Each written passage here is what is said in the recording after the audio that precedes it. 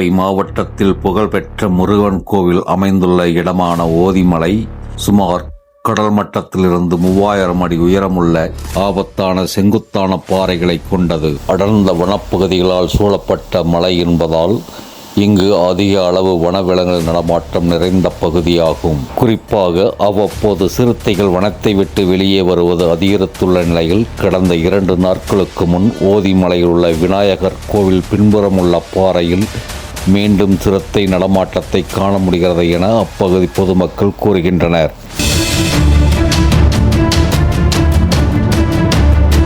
சிறுத்தையின் நடமாட்டத்தை அங்குள்ள பொதுமக்கள் படம் எடுத்து சமூக வலைதளங்களில் பதிவிட்டது பரபரப்பை ஏற்படுத்தியுள்ளது.